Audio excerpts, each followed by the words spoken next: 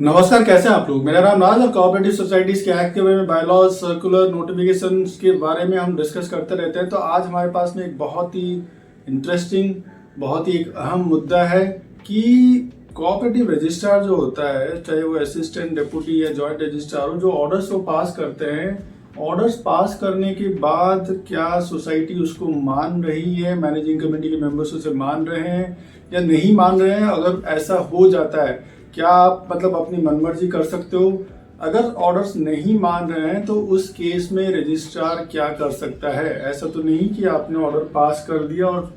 महीनों, सालों और दिनों वैसे ही पड़ा हुआ है, उसका कोई इफेक्टिवनेस उसका हो नहीं रहा है। तो इसलिए आज हमारा टॉपिक है कि obligation of the society to take action, ठीक है, and registrar power to enforce it, जो कि महाराष्ट्र कोऑपरेटिव सोसाइटीज एक्ट के सेक्शन 156B26 में दिया गया है। This comes under the amendment in the 2019 में जो हुआ था 23 जुलाई 2019 को। तो उसमें हम जानने की कोशिश करेंगे कि क्या ये कहता है, अगर सोसाइटी उस ऑर्डर को या मैनेजिंग कमेटी उस ऑर्डर को नहीं मान रही है तो रजिस्ट्रार के पास में क्या पावर है, उसे कैसे वो एनफोर्स करने जा रहा है। ठीक है।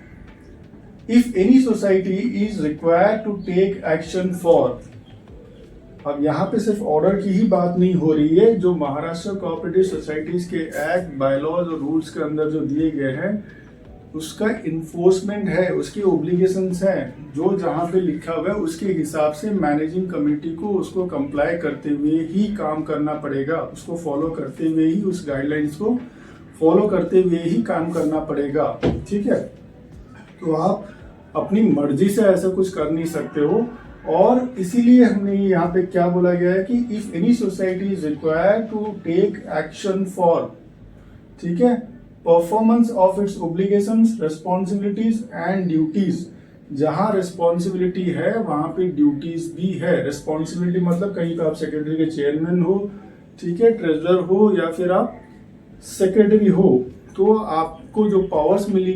दी गई है उसके साथ में आपकी रेस्पॉन्सिबिलिटीज भी फिक्स कर दी जाती है, और duties is on either side, it has to come from the members and the powers has to be, नीचे वो पास होते जाएंगे मैनेजिंग कमेटी में और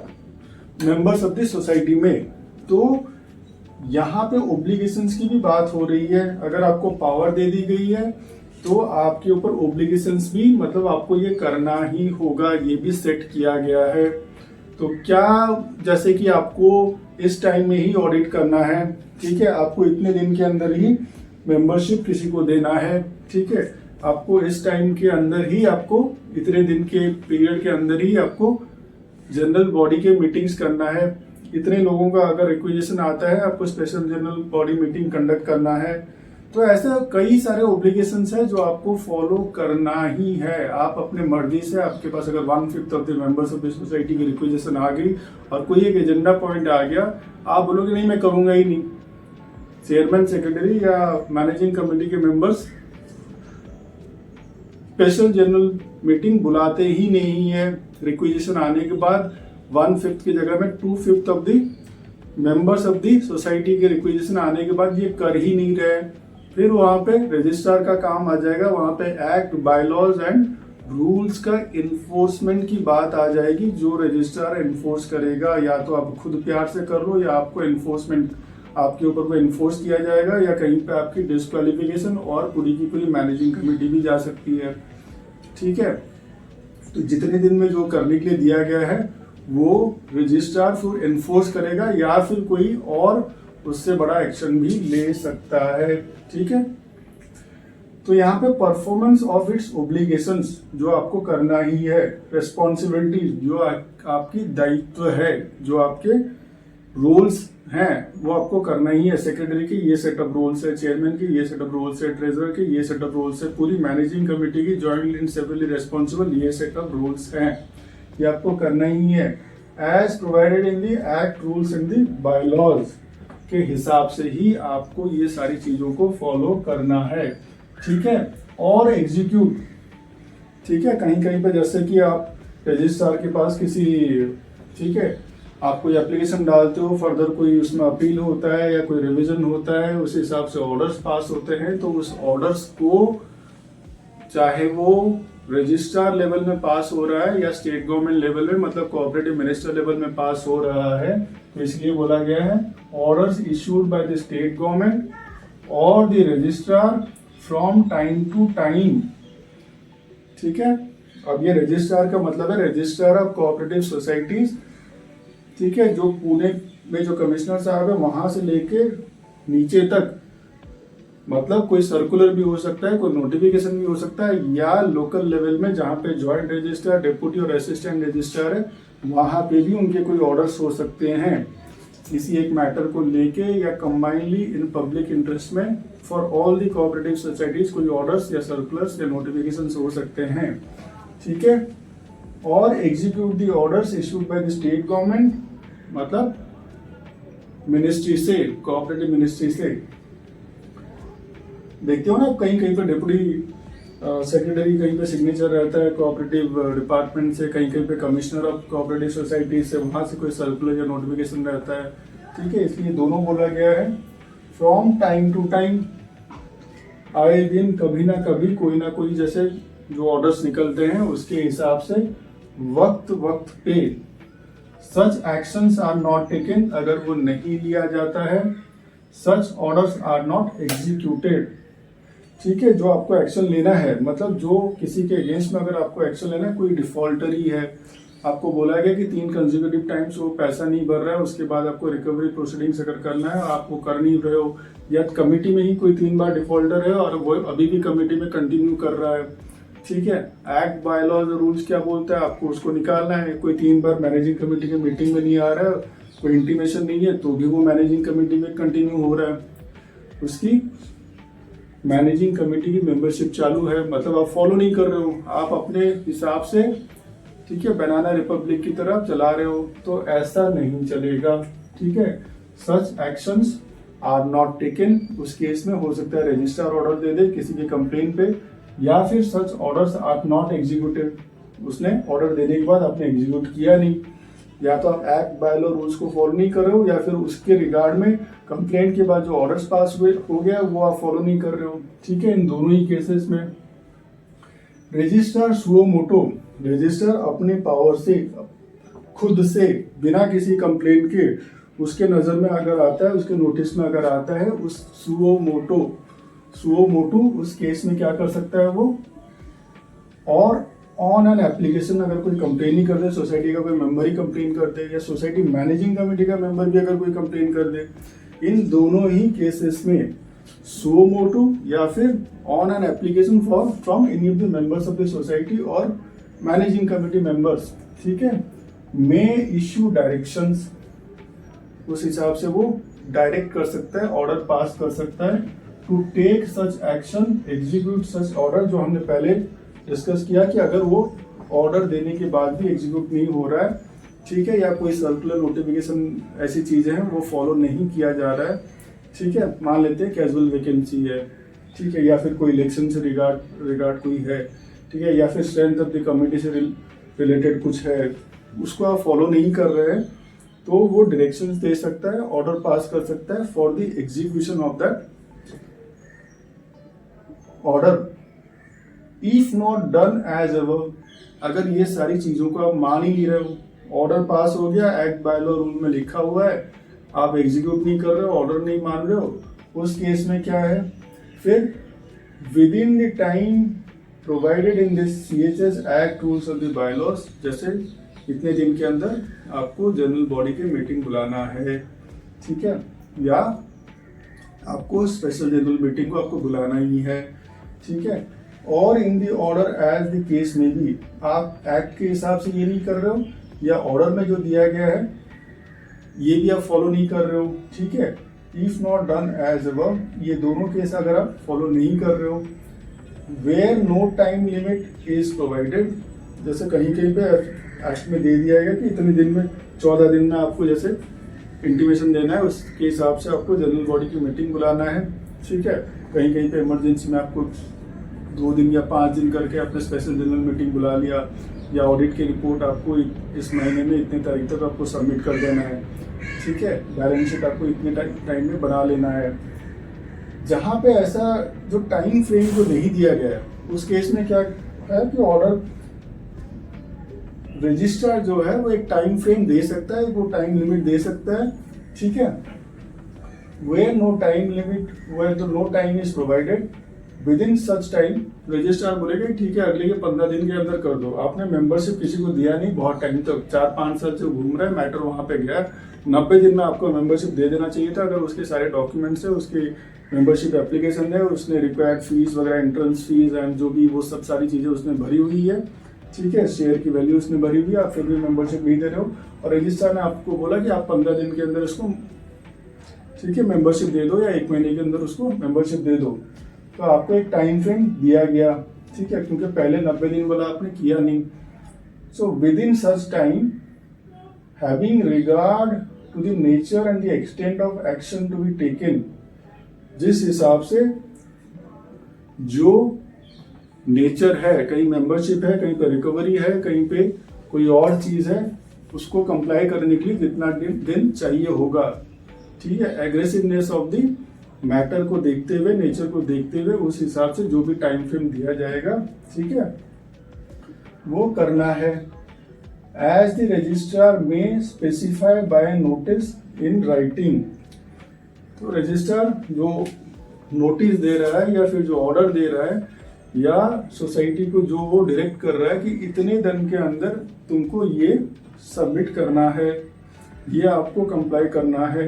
या इसका जवाब आपको देना है क्यों आपने ये नहीं किया, तो ये आपको करना ही है, ठीक है। इन दोनों ही केसेस में ये अगर आपका फेल हो रहा है या फिर ये आपका फेल हो रहा है, ठीक है, इन दोनों ही केसेस में क्या हो रहा है, द रजिस्ट्रार में हिमसेल्फ खुद ही सारी चीजों को अपने अंडर में ले लेगा, खुद ही सारे पावर्स को एक्सरसाइज करना शुरू कर देगा, ठीक है, या any person authorised by him, ठीक है, किसी को उसने ऑथराइज कर दिया, हो सकता है ऑथराइज ऑफिसर को कर दिया या और किसी मेंबर और किसी को उसने डेलीगेट कर दिया या सोसाइटी के अंदर से ही उसने बोर्ड ऑफ मेंबर्स बना दिए या बोर्ड ऑफ ऑथराइज ऑफिसर बना दिया या किसी ऑडिटर को वहां पे भेजा, ठीक है, कि असेसमेंट करने के लिए, या उसकी ऑफिस से कोई दूसरा ऑफिशियल आके वहां पे रिपोर्ट मेकिंग के लिए, investigation, scrutiny and report making के लिए वहां पे उसने डिप्यूट कर दिया सोसाइटी के अंदर, ठीक है, through a person authorised by him, ठीक है, या तो खुद या उससे ऑथराइज्ड कोई पर्सन टेक सच एक्शन और एग्जीक्यूट सच ऑर्डर, खुद कर लिया या फिर किसी से उसने करवा लिया for the execution of the orders. Orders किसके, या तो जो कोऑपरेटिव डिपार्टमेंट के हो सकते हैं, खुद के हो सकते हैं, या फिर कोई जैसे नोटिफिकेशन हो या मंत्रालय वगैरह किसी का भी हो सकता है। तो वैसी चीजों को एग्जीक्यूशन कराने के लिए और एक्शन लेने के लिए, जहां पे ये एक्ट के बारे में, बायलॉज के बारे में, रूल्स की बात हो रही है या प्रीवियस ऑर्डर की बात हो रही है जो रजिस्ट्रार ने खुद ही पास किया गया, रजिस्ट्रार ने खुद पास किया हुआ है, at the expense of the society. देखो ये तो पहले तुमको करना था, मतलब सोसाइटी को करना था, सोसाइटी ने किया नहीं, ये सोसाइटी की ओब्लिगेशंस थी, मतलब करना ही है जिसको आप बोलते हो। अब जब तुमने किया नहीं, या तो रजिस्ट्रार ने सुओ मोटू अपने अंदर में ले लिया खुद अपने पावर के तहत, या फिर किसी के कंप्लेन के थ्रू में उसके पास जब ये गया तो उसने उसे एक्सरसाइज किया, पावर को एक्सरसाइज किया, ठीक है। On exercise of this power फिर क्या हो जाएगा, अब जो आपका जो खर्चा होगा, ठीक है, at the expense of the society होगा, वो रजिस्ट्रार ऑफिस का खर्चा नहीं होगा। जो भी कोई आएगा, कोई इंक्वायरी करेगा, कोई अपना रिपोर्ट सबमिट करेगा, उस हिसाब से जो भी खर्चा रहेगा, बैठेगा, चाय पानी नाश्ता या जो भी पेपर वगैरह स्टेशनरी जो लगेंगे, तो वो सारी खर्चा कौन, सोसाइटी बेयर करेगा। और उसमें भी ये किसके ऊपर, such expenses shall be recoverable from the responsible officer of society. अब यहाँ पे ऑफिसर मतलब MCX एक्ट 2019 अमेंडमेंट में जो है, वहां पे ऑफिसर की डेफिनेशन में ऑफिसर और ऑफिस बेयरर्स मतलब कमिटी मेंबर और कमिटी मेंबर्स के बीच में जो चुन के इलेक्ट होके जो उनमें से सेक्रेटरी, चेयरमैन या ट्रेजरर बनते हैं, तो ये दोनों ही उसके अंदर आ जाएंगे, तो दोनों के ऊपर ये लागू होगा। और जो उस चीज के लिए रिस्पॉन्सिबल था, ठीक है, अगर सेक्रेटरी को बुलवाना था, जनरल बॉडी मीटिंग,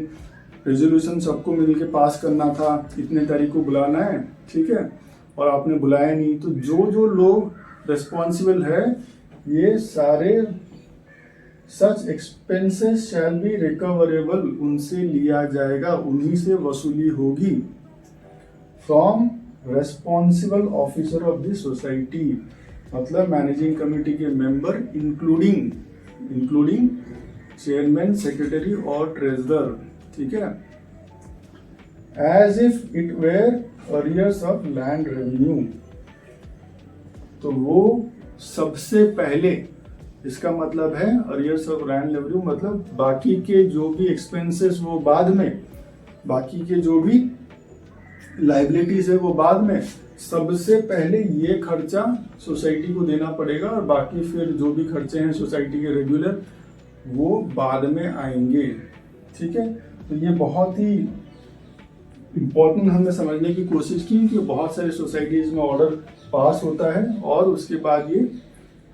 एक्शन में नहीं लिया जाता है, उसका एग्जीक्यूशन ऑफ द ऑर्डर नहीं होता है बिफोर इशूइंग। मगर ऑर्डर क्या आप ऐसे ही पास कर दोगे, ठीक है,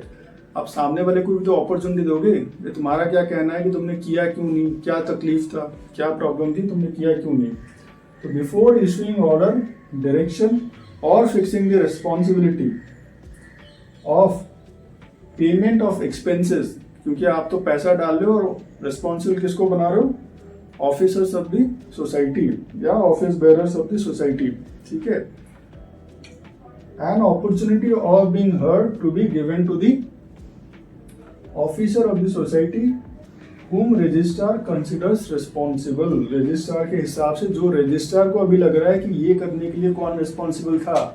क्या कमिटी मेंबर रिस्पॉन्सिबल थे, या सिर्फ चेयरमैन ही रिस्पॉन्सिबल था, या सेक्रेटरी ही रिस्पॉन्सिबल था, या सेक्रेटरी चेयरमैन दोनों मिलकर रिस्पॉन्सिबल थे, या ट्रेजरर था, या पूरी की पूरी मैनेजिंग कमेटी रिस्पॉन्सिबल थी। अगर जिसके ऊपर ये रिस्पॉन्सिबिलिटी उसे फिक्स करना है, अपोर्शनमेंट जिसके ऊपर ये करना है, उस हिसाब से करने से पहले उनको एक मौका देना पड़ेगा। एक बार आप हियरिंग में बुलाओगे और हियरिंग में मैटर रिजॉल्व होने के बाद, हियरिंग में ये जब डिसाइड हो जाए कौन रिस्पॉन्सिबल है, उसके बाद अगर फेयर प्ले होने के बाद रजिस्ट्रार को अगर तब लगे कि अच्छा यही रिस्पॉन्सिबल है, तो उसके ऊपर उतना पैसा चार्जेस फिक्स कर दिया जाएगा और ऑर्डर निकाल दिया जाएगा और उसका एनफोर्समेंट किया जाएगा। अब करना ही पड़ेगा। एनफोर्समेंट करने के लिए रजिस्ट्रार के पास में पावर्स हैं, ठीक है। तो आज हमने ये जानने की कोशिश की कि अगर सोसाइटी मैनेजिंग कमेटी, सोसाइटी के ट्रेजरर, सेक्रेटरी, चेयरमैन अगर बात नहीं मानते हैं, एक्ट के हिसाब से, बायलॉज के हिसाब से, रूल के हिसाब से चीज़ें फॉलो नहीं कर रहे हैं, या रजिस्ट्रार के ऑर्डर नहीं मान रहे हैं, या कोई नोटिफिकेशन सर्कुलर या ऑर्डर को नहीं मान रहे हैं, तो रजिस्ट्रार के पास में क्या पावर्स है और कैसे वो उसे एनफोर्समेंट कर सकता है। आप सबका बहुत सारा धन्यवाद। ऐसे ही जुड़े रहिए।